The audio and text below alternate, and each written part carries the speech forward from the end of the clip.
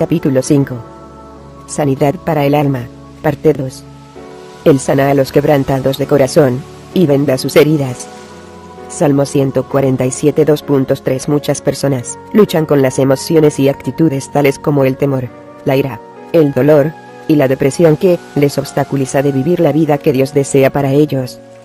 Él quiere liberarlos de estas paralizantes emociones, para que puedan cumplir sus propósitos dados por Dios. Libertad del temor. Estuve ministrando en una iglesia en Maryland, y oré por una joven cuya madre es una líder espiritual en la iglesia. La joven inmediatamente escribió cómo Dios había tocado su vida de esa tarde, incluyendo estimulando a que dejara salir el temor, y a confiar que Él siempre está con ella. He aquí un extracto de su testimonio. Marika Baxter predicó en nuestra reunión de mujeres virtuosas sobre la importancia de orar. Al final, ella hizo un llamado al altar para las que quisieran un impartimento de unción para intercesión. Como diaconisa estuve haciendo el llamado al altar, controlando la larga línea de personas esperando para ser tocadas por Dios. Después que mi línea se terminó, un anciano me preguntó si yo quería por oración. Yo no estaba segura si necesitaba ir para recibir ese don particular, por lo que le dijo, no.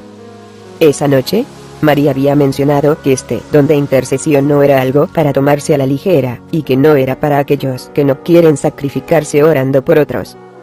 Dicho esto, yo realmente no estaba segura si este era un don que yo debía obtener.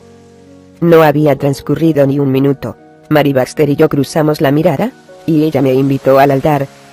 Me detuve frente a Mary y mi madre, quien estaba ministrando con ella, y Mary dijo que ella quería impartir algo dentro de mi vida. Mary puso sus manos en mí, y dijo que miraba un ángel derramando aceite sobre mi cabeza, y que estaba llenando mi cuerpo. Yo podía sentir la unción tangible de Dios por todo mi ser, y comencé a doblarme a medida que el sentimiento crecía más fuerte en mí. Ella llamó para la unción de intercesión para predicar y evangelizar. Ella dijo que Dios quería usarme grandemente, y que yo vería el cielo. Me arrodillé en el piso, y lloré, y nunca dije una palabra. Ella continuó diciéndome que Dios quería decirme cosas en la noche, algo que yo entendería, pero que las escribiera, las compartiera con mis padres, y que les pidiera a ellos por entendimiento. Mary y mi madre ambas se alejaron de mí, y terminaron orando por los pocos que quedaban en el altar. Yo continuaba arrodillada allí con una sensación de estremecimiento por todo el cuerpo. Me imagino que unos minutos más tarde mi madre vino de regreso a mí. Se sentó en el escalón frente a mí, y puso sus manos en mi cabeza. Fue como si ella, vertiendo la unción en mi propio ser. Se sentía como si yo estuviera por estallar. Me estiré en este punto en un intento por llevar el sentimiento. Era como si mi cuerpo no pudiera aguantar más lo que ella estaba vertiendo sobre mí. Ella comenzó a decirme muchas cosas de Dios. No tienes necesidad de temerle a Dios nunca. Dios está contigo donde quiera que vayas. Él nunca te dejará. Dios está siempre contigo. Cualquier cosa que Él te pida que hagas, nunca lo harás sola. Él siempre estará contigo, trabajando contigo, nunca estarás sola, dijo mi madre. Comencé a llorar más solo de pensar cuánto he luchado con el temor durante toda mi vida, y anhelando romper esa libertad. Ella comenzó a orar en lenguas sobre mi vida mientras yo rodaba en el piso, clamando a Dios con gemidos que solo Dios podía entender. Eventualmente ella se fue, y yo me quedé tendida allí con mi cabeza en el escalón. Se sentía como si Dios estuviera haciendo una operación cerebral en mi mente. Mientras estuve orando en el espíritu, Dios comenzó a darme la interpretación de lo que estaba diciendo. Al principio traté de hacerlo en inglés, pero no pude. Eventualmente, dije: es nuestro tiempo. Una y otra vez. Dios me dijo que era el tiempo para que las jóvenes se afirmaran en las cosas de Dios. Yo podía imaginarnos como jóvenes, caminando por las calles como superhéroes, cumpliendo todo lo que Dios nos llamó a hacer, con señales y prodigios a seguir. Él también me dijo que yo debo verter sobre las vidas de las jóvenes, y decirles quiénes son en Dios. Dios continuó hablándome y diciéndome: no dejes que el enemigo entre en tu mente, en la puerta de tus pensamientos. Entendí que debía cuidar mi corazón y mente. Estoy tan emocionada sobre lo que Dios tiene guardado para mi familia en el futuro. A pesar de lo que yo vea ahora, Confío en Dios que todos nosotros cumpliremos nuestro potencial don dado por Dios. Porque no nos ha dado Dios espíritu de cobardía, sino de poder, de amor y de dominio propio. 2 Timoteo 2:2.17. Esta joven dijo que había sentido, como si Dios estuviera haciendo cirugía cerebral en su mente, y que supo que necesitaba cuidar su corazón y su mente de recibir y aceptar las mentiras y engaños del enemigo. Sanidad para nuestras almas involucra una renovación de nuestros pensamientos y actitudes de las actitudes negativas, para que podamos responder a Dios en amor y fe. Las Escrituras dicen: no os conforméis a este siglo, sino transformaos por medio de la renovación de vuestro entendimiento, para que comprobéis cuál sea la buena voluntad de Dios, agradable y perfecta. Romanos 12:2.2. Renovamos nuestras mentes leyendo, estudiando y meditando en la palabra de Dios. Sanidad de relaciones. Una de las áreas en la cual somos más vulnerables para lastimar sentimientos y dañar emociones está en nuestra relación con los miembros de la familia. En el matrimonio, ambos parejas traen heridas de su pasado emocional, ambos conscientes o inconscientes a la unión. Males de asuntos no resueltos del pasado pueden evitarles la experiencia de sanidad y reconciliación cuando los conflictos surgen entre ambos. Cuando algunas personas se casan, esperan que su cónyuge permanezca igual después de 30 o 40 años de casados. La verdad del asunto es, aunque la gente permanezca igual en alguna manera, ellos también crecen y cambian a medida que van adquiriendo nuevos conocimientos y tienen más experiencia en la vida. Algunas veces, un cónyuge cambia de un modo más que el otro. Este crecimiento personal puede ser una acentuación bienvenida al matrimonio, pero en otro tiempo, esto podía parecer como un obstáculo. Un cónyuge puede parecer como que la persona con la que él o ella se casó quedó rezagada, aunque ambos permanezcan bajo la misma casa. Cuando los conflictos surgen por tales cambios, las parejas deben reconocerlos por lo que son y preguntarse: ¿qué tipo de cambio es este? ¿Qué lo inició? ¿Está teniendo un efecto negativo o positivo en el matrimonio? ¿Y por qué? Si somos honestos con nosotros mismos, debemos admitir que siempre hay una raíz de causa conectada a nuestras reacciones a ciertos comportamientos y ambientes. Nuestro crecimiento, o falta de ello, está relacionado con nuestra experiencia en la vida, las cosas por las que atravesamos, nuestras heridas y dolores, los buenos tiempos y los malos tiempos, y así sucesivamente. La única manera de llegar a la raíz de la causa y recibir sanidad es siendo totalmente honestos en relación a los asuntos reales. Sin honestidad, realmente nosotros no rasgaríamos la superficie de los problemas actuales, sino solo una pérdida de tiempo. Hace algún tiempo, el obispo Blomer realizó una conferencia sobre el matrimonio en la cual la mitad de las parejas presentes habían experimentado crisis marital. En las líneas a continuación él describe cómo una pareja vino a entender la causa de la base de su problema matrimonial. Una mujer me preguntó por qué las mujeres continúan dejándose llevar por la misma cosa una y otra vez. Para contestarle su pregunta, utilicé su propia vida como ejemplo. Ella me había compartido que antes de su matrimonio actual, ella había tenido 2 hijos fuera del matrimonio, y que había sufrido de recurrente dolor emocional de su relación pasada. Yo le dije: usted me contó que viene de una muy buena educación, con papá y mamá en casa, y que le enseñaron grandes valores, ¿correcto?, respondió ella. Sí. Mamá nunca dejó a papá, y papá nunca dejó a mamá, y ellos todavía siguen juntos en sus 80s. Bien. Por tanto, ¿cuál fue su problema? Bueno, quizás fue el diablo. Pero no dijo usted que tuvo 2 bebés fuera de matrimonio. ¿Qué sucedió la segunda vez? Sí, pero quizás fue solo el diablo. Él regresó más fuerte. La paré de nuevo. Mira, deja de mentirte a ti misma, y di la verdad. ¿Qué estabas haciendo? Bueno, yo estaba saliendo allí, y estaba comprometida. Yo sé que eso es malo, pero salí embarazada. ¿Por qué?, le pregunté. Porque el enemigo estaba peleando conmigo, respondió. Di la verdad, la paré por última vez. Los hiciste porque lo disfrutabas, y porque lo sentías bien al momento que lo hacías. Oh, respondió ella, como si entendiera esta verdad por primera vez. ¿Por qué supone usted que le llevo tanto tiempo comprender esto? Porque muchas iglesias tienden a endulzar las cosas, ocultándola bajo la alfombra, o culpando al diablo de lo que nosotros mismos tenemos control. Pasamos el tiempo mintiéndonos y siendo llevado a posteriores ataduras, especialmente cuando se relacionan con asuntos de sexo, asuntos que a menudo también son tabúes para discutirlos en círculos religiosos. Así que, discutámoslo. ¿Por qué es tan bueno el sexo? Es bueno porque Dios lo hizo, y en cualquier tiempo Dios hace alguna cosa, nada más se puede comparar con eso.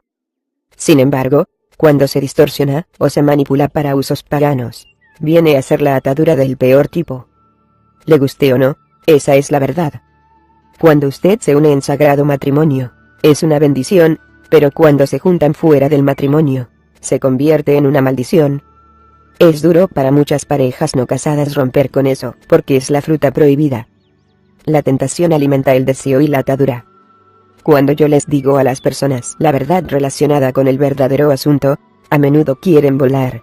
Sin embargo, la liberación y la sanidad pueden tener lugar solamente con el primer descubrimiento de la raíz de la causa. La misma mujer de quien había estado hablando, comenzó a hablar de su esposo, que estaba sentado junto a ella. Yo oro por mi marido todo el tiempo, porque él tan bueno, paciente y comprensivo. La corregí de nuevo. No, él no lo es. Él no es la persona que usted dice que es. Él lo que es un comodín. Él es un comodín porque no quiere arrancarle sus plumas. Por lo que él se acomoda al control de usted. Ella respondió.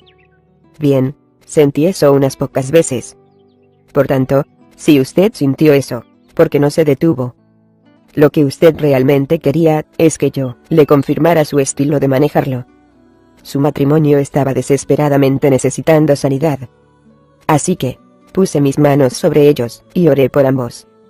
Antes de que se fueran a casa, el esposo me dijo: aparte de todas las conferencias, esta fue la mejor en que he estado en mi vida. Dios me ministró verdaderamente. Yo le pregunté: ¿de qué le ministró Dios? Yo pensaba que, si solo me mantenía tranquilo, y la dejaba hacer lo que quisiera, sin decir nada, entonces se mantendría la paz. Vivimos en una bonita casa, y ganamos bien, pero el dinero se esfuma como usted no lo creería. Pagué la casa, y compré propiedades para rentar, y hay más dinero llegando, pero, ¿creería usted que cada mes corremos tratando de encontrar dinero para la gasolina? Él continuó: pero después de hoy, voy a tomar autoridad. Yo le advertí. No solo tomé autoridad, porque yo lo digo. Asegúrese que está escuchando de Dios. Oh, no, explicó él. Eso empezó desde antes que fuéramos a la iglesia, por eso es que estamos aquí. Arrimé el carro a un lado de la carretera, y tuvimos una conversación. Y usted lo confirmó hoy. No hay razón para que alguien que hace tanto dinero tenga que correr arañando para conseguir dinero para gasolina. Pero Dios había visto el clamor de corazón del marido, y había comenzado su obra antes que yo hubiera dicho algo a los dos en el segmento de la conferencia sobre matrimonio. Le expliqué a él que no necesitaba tratarla con fuerza o fastidiarla. Que él solo necesitaba moverse en una posición para la sanidad de ella. A medida que él estaba siendo sanado, ella también necesitaba sanidad. Ella estaba persiguiendo una imagen para su vida que no existía, y estaba matando su matrimonio.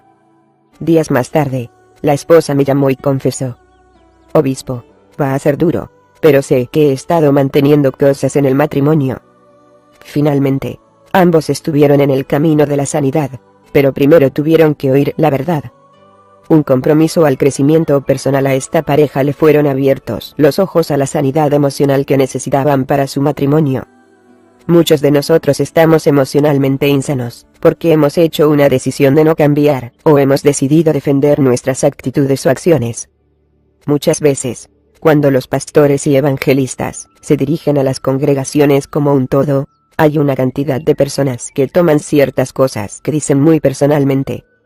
Por ejemplo, si un pastor está predicando acerca de las personas que constantemente están gastando el dinero en cosas que no pueden darse el lujo de gastar, alguien se sentirá como si a él o ella se está dirigiendo individualmente.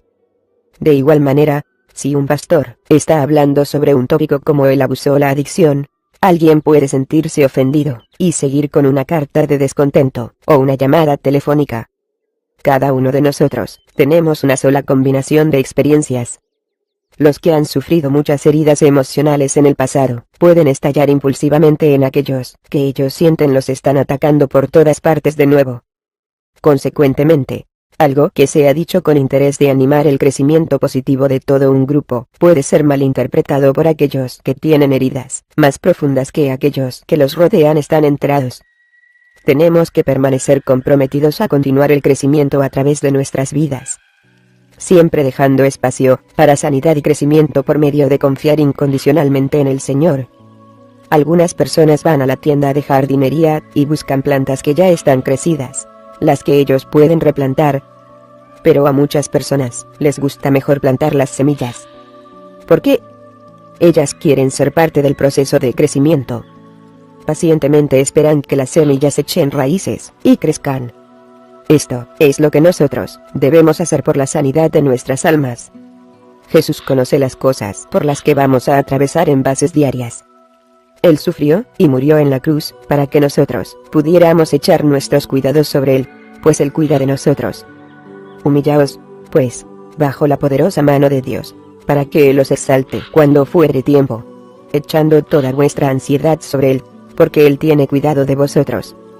Sed sobrios y velad, porque vuestro adversario, el diablo, como león rugiente, anda alrededor buscando a quien devorar, al cual resistid firmes en la fe, sabiendo que los mismos padecimientos se van cumpliendo en vuestros hermanos en todo el mundo. Mas el Dios de toda gracia, que nos llamó a su gloria eterna en Jesucristo, después que hayáis padecido un poco de tiempo, Él mismo os perfeccione, afirme, fortalezca y establezca. 1 Pedro 5 2.6-10.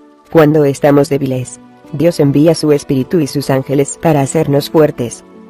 Aun cuando Jesús echó un vistazo de cuán terrible sería su muerte, Él insistió: pero no se haga mi voluntad, sino la tuya. Lucas 22:42. Seguramente Jesús no tendría que atravesar por todo eso solo, para que nosotros continuáramos sufriendo de dolor emocional como aquellos que no tienen alguna esperanza. Hay esperanza, y su nombre es Jesús, el único que murió por nosotros, para que pudiéramos ser libres de las maldiciones del pecado y de la muerte. Jesús quiere que usted hoy sepa que Él escucha sus oraciones, y que no hay nada difícil para Él. Véase Isaías 59 2.1. Sanidad del dolor. Una de las más difíciles emociones, o estado de la mente, para muchos es vencer el dolor. Cuando mi hijo murió, decidí cancelar todos mis compromisos y quedarme en casa, pero luego oí la voz del Señor que me decía: tú tampoco te puedes quedar en casa y llorar o ir a ganar almas y sanar enfermos por mí. Decidí mantener mis compromisos y después que me había quedado dormido, tuve una visión de mi hijo confirmando que yo había hecho la decisión correcta. Cruzar por un periodo de dolor es un proceso normal en el trato con la pérdida de alguien a quien uno aprecia mucho, y debemos entender que cada persona, él o ella, sufre a su manera. El diablo no siempre conoce los planes de Dios para nuestras vidas, pero él sabe que como hijos de Dios, tenemos el poder para liberar ángeles del Señor, para que hagan su voluntad mientras nosotros ejercemos la fe y oración. Por consiguiente, el enemigo trata de mantenernos en estado de dolor por largos periodos de tiempo, porque él sabe que en ese estado no funcionará ninguna intercesión. Cuando la intercesión se detiene, la obra de Dios a nuestro favor está obstaculizada. Es para beneficio del enemigo mantenernos en una posición de lamento en vez de una posición de guerra. Yo creo que cuando la intercesión se detiene, los ángeles dejan de moverse. Las oportunidades se pierden, porque muchos cristianos son demasiado fáciles de manipular a través de sus emociones. Por eso es tan importante tener cuidado a las tácticas del enemigo, quitando resistencia a la sanidad. Repito, es natural para nosotros sentir la pérdida y el dolor del vacío que una vez llenó a alguien a quien queríamos mucho. El mismo Jesús sufrió profundamente ante la muerte de Lázaro. Al tiempo de Jesús llegar hasta Lázaro, la tumba ya estaba sellada, pues Lázaro había muerto 4 días antes. Sin embargo, Jesús ordenó que removieran la piedra. Véase Juan 11:17-44.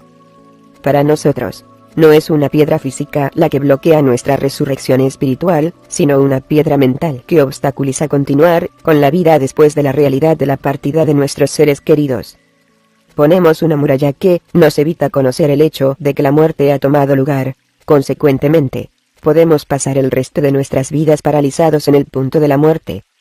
Aun cuando no lo comprendemos, nuestras mentes y emociones permanecen en el lugar donde nuestros seres queridos yacen. Vamos a través del movimiento de la vida, pero somos muertos andando. Las murallas que nosotros nos pusimos evitan que se discutan tales asuntos sensitivos como la muerte. Andamos de puntillas alrededor de alguien que realmente ha muerto, en vez de reconocer cómo nos sentimos realmente. Sin embargo, así como Jesús ordenó quitar la piedra física de la tumba de Lázaro, nosotros podemos ordenar en el nombre de Jesús que la piedra que no nos permite cruzar el proceso del dolor sea removida, para que la sanidad pueda tomar lugar en nuestras vidas. Reconocer la tristeza no es señal de debilidad, por el contrario, es el principio de la sanidad. Jesús no fue disuadido por la muerte de Lázaro, sino que insistió: «No te he dicho que si crees, verás la gloria de Dios». Juan, las 11:40. ¿Cuándo dejará usted que la gloria de Dios de nuevo sea completa en su vida? ¿Cómo se sentirían sus seres queridos si supieran que cuando murieron, usted murió junto con ellos? No estarían adoloridos. No le demandarían a usted que los deje vivir eternamente en paz con Dios mientras usted continúa viviendo pacíficamente su vida en la tierra, reconociendo que Jesús prometió: «Yo soy la resurrección y la vida», versículo 25, y que ellos se levantarán de nuevo. Encuentre la paz manteniendo su mente enfocada en otras de las promesas de Jesús. Bienaventurados los que lloran, porque ellos recibirán consolación. Mateo 5:2.4. Leemos en los Salmos: Él sana a los quebrantados de corazón, y venda sus heridas. Salmo 147:2.3. No hay reemplazo para los seres queridos que echamos de menos entrañablemente. Sin embargo, si mantenemos nuestra fe en Dios, y continuamos permaneciendo de verdad en Él, las penas serán muchos llevaderas, y Dios nos sustentará, llevando sanidad a otros que sufren. Una presencia consoladora. Dios quiere que nosotros consolemos a otros en su dolor, así como Él nos consuela a nosotros. Que podamos también nosotros consolar a los que están en cualquier tribulación, por medio de la consolación con que nosotros somos consolados por Dios. 2 Corintios 1:2.4. Podemos ayudar a otros a encontrar sanidad, ministrándoles con corazones sensibles. Deberíamos seguir el ejemplo de Jesús, y consolar a otros con la palabra de Dios, o simplemente dejarles saber que seremos parte de un sistema de apoyo para ellos en sus tiempos de necesidad.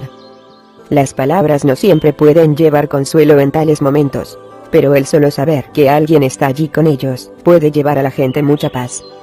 Lo peor que pudiera sucederles a las personas que sufren es estar continuamente rodeadas de influencias que las angustian aún más.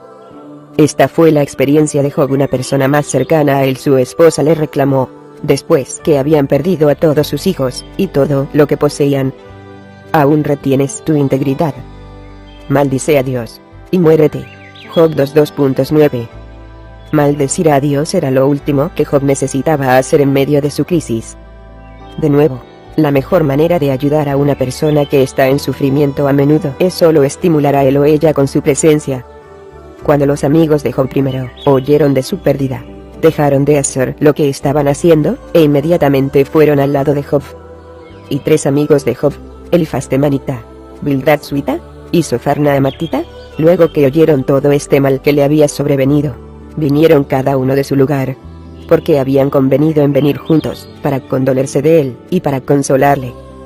Los cuales, alzando los ojos desde lejos, no lo conocieron, y lloraron a gritos.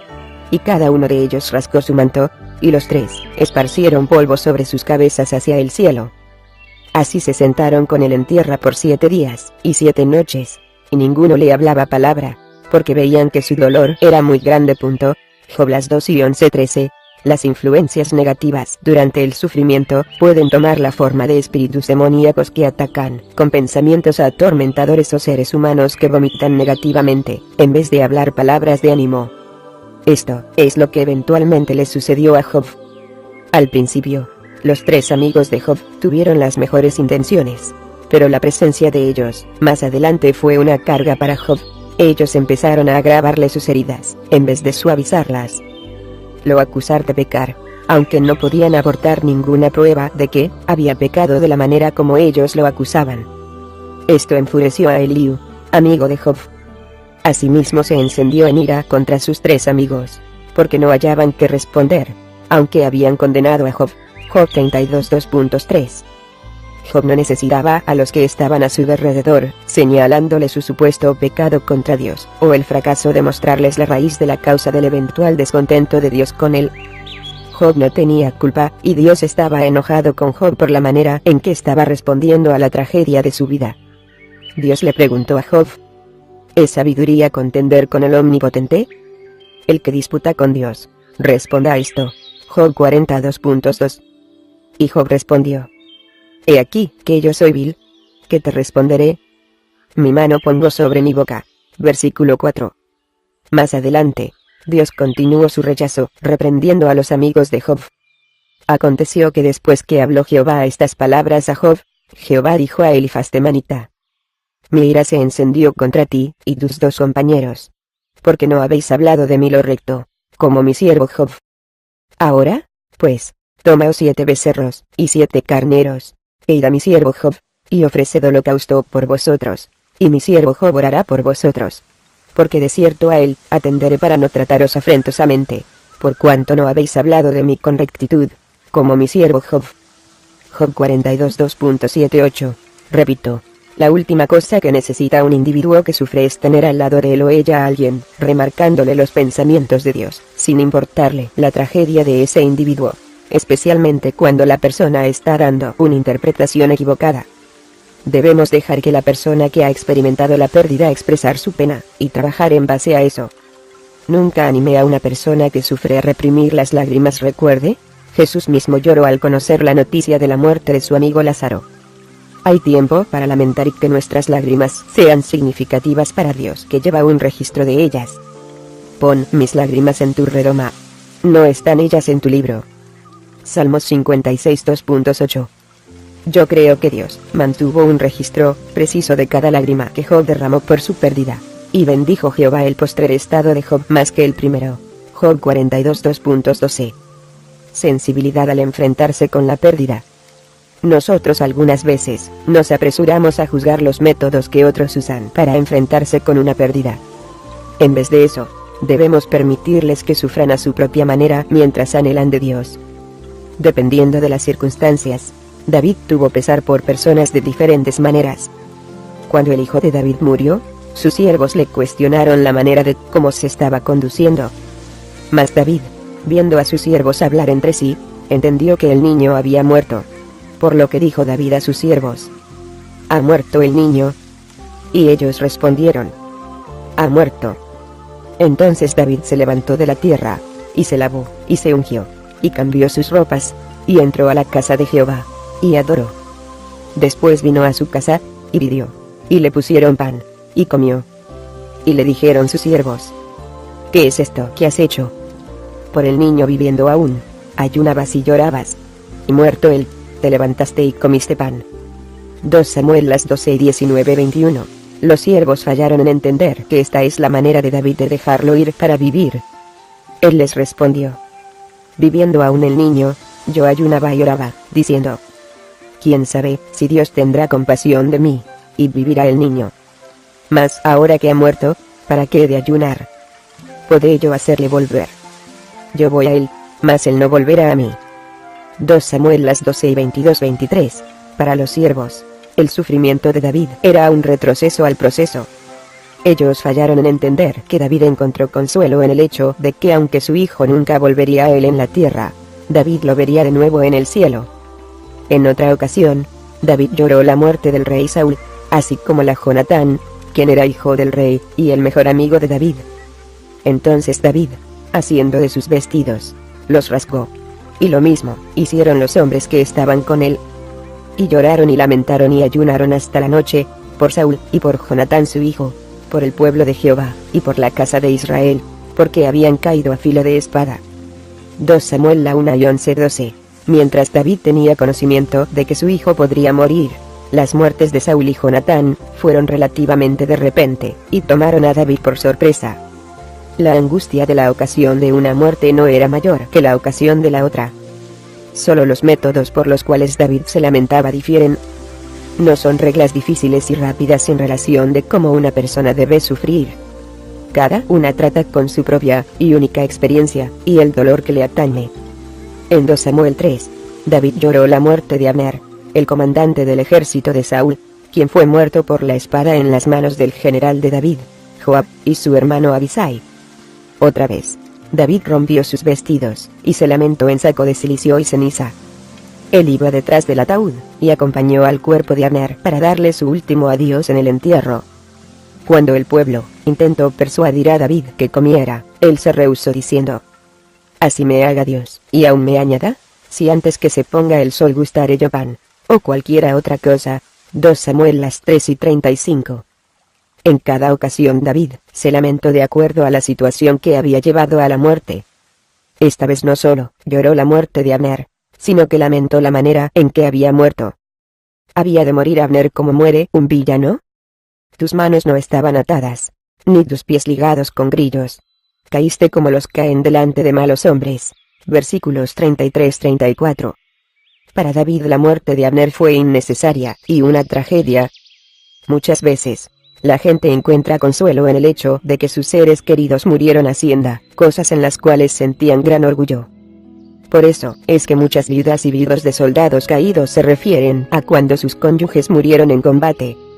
Aquellos que miran desde el exterior, no siempre entienden esta manera de pensar, pero eso corresponde a la enseñanza de Filipenses 4:2.8, que dice: «Si hay virtud alguna, si algo digno de alabanza, en eso pensad».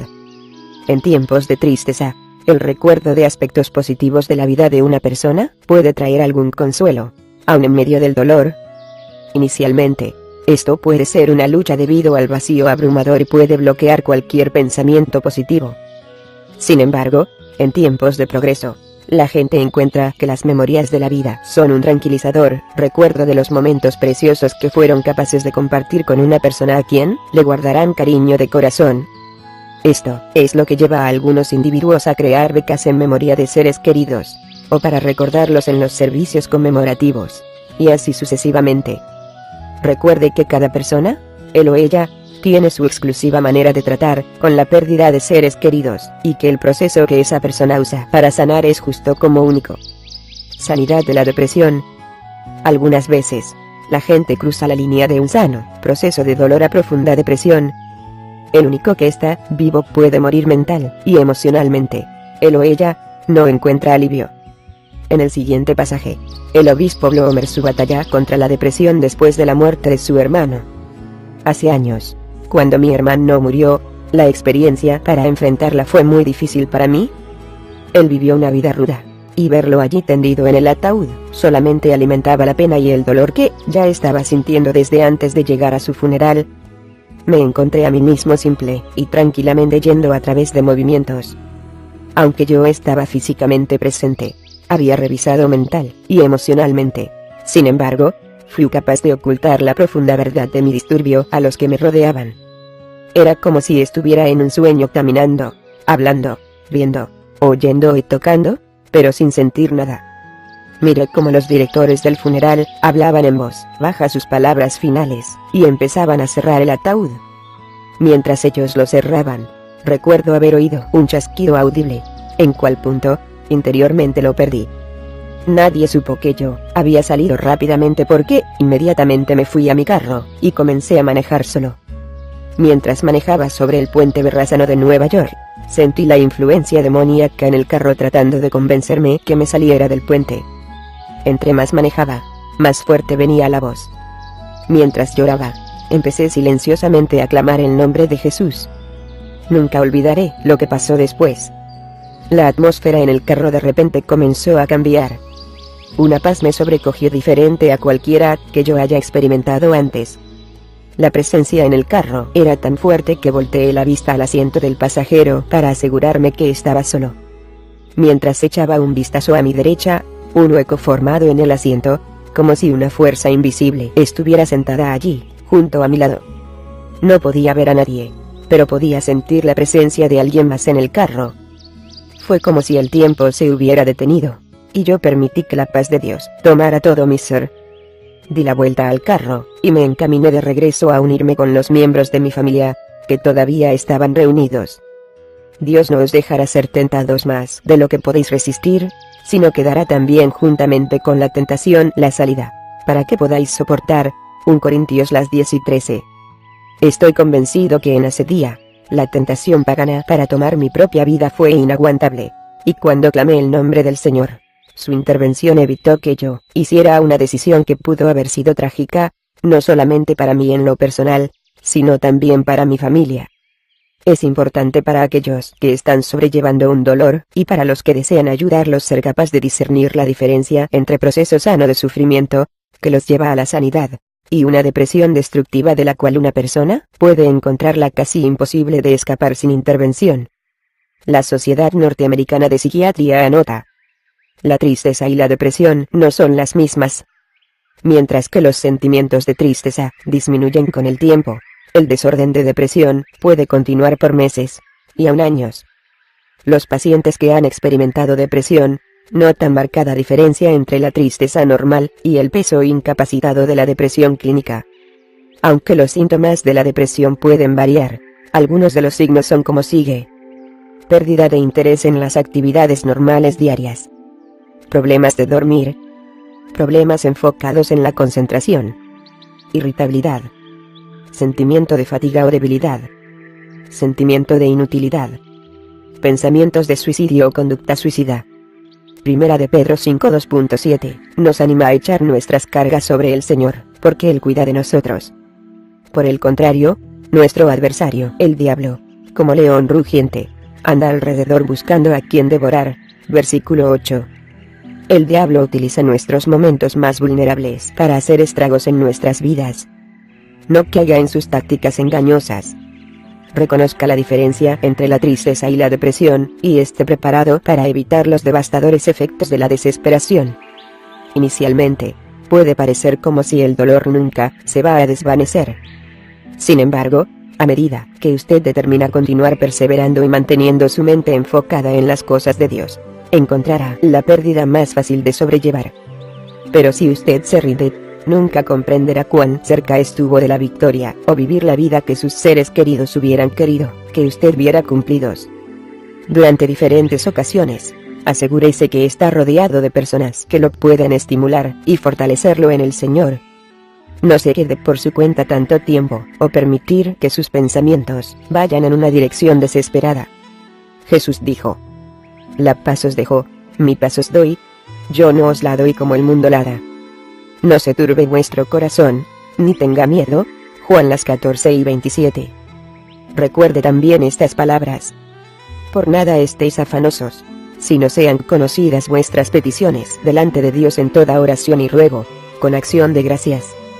Y la paz de Dios, que sobrepasa todo entendimiento, guardará vuestros corazones y vuestros pensamientos en Cristo Jesús.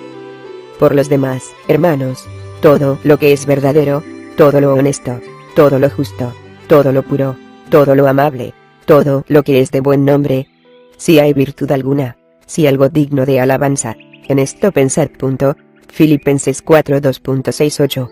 Finalmente, para nosotros que ministramos a otros que sufren, las Escrituras nos instan: amaos unos a otros entrañablemente, de corazón puro. 1 Pedro 1:22. Y a sobrellevar los unos las cargas de los otros, y cumplid si la ley de Cristo. Gálatas 6:2.2.